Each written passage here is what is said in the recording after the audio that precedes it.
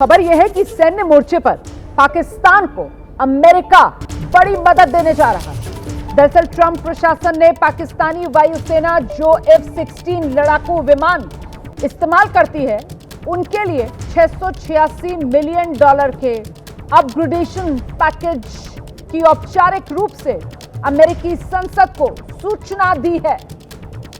Operation सिंदूर के दौरान भारतीय वायुसेना की एयर स्ट्राइक में F-16 लड़ाकू विमानों को जबरदस्त नुकसान पहुंचा था और अब उन्हीं के अपग्रेडेशन की ये सूचना अमेरिकी संसद को ट्रंप प्रशासन की तरफ से दी गई है। सीधे आपको लेकर चलेंगे, हमारे साथ हमारे सहयोगी नीरज राजपूत इस वक्त मौजूद हैं। नीरज, पाकिस्तान की सैन्य मदद अमेरिका करता हुआ नजर आ रहा है साफ तौर पर।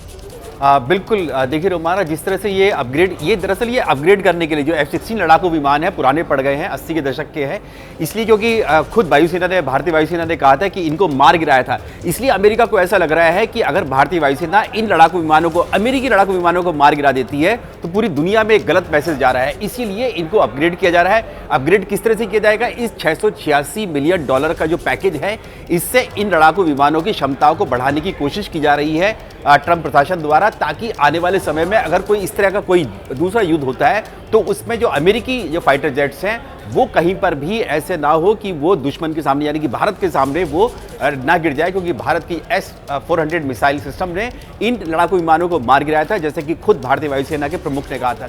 इसके अलावा रोमाना, जो हमने देखा था, जो अटैक हुआ था एयर बेसिस में पाकिस्तान के, वहां पर भी इनको नुकसान पहुंचाया गया था। इस वजह से इनको अपग्रेड करने के लिए अमेरिकी प्रशासन यानी ट्रंप प्रशासन ने ये पैकेज की घोषणा की है। बिल्कुल, तो अमेरिका पाकिस्तान की बड़ी सैन्य मदद करता हुआ F-16 लड़ाकू विमानों के अपग्रेडेशन के लिए $686 मिलियन की सहायता पाकिस्तान को करता हुआ नजर आ रहा है ट्रंप प्रशासन।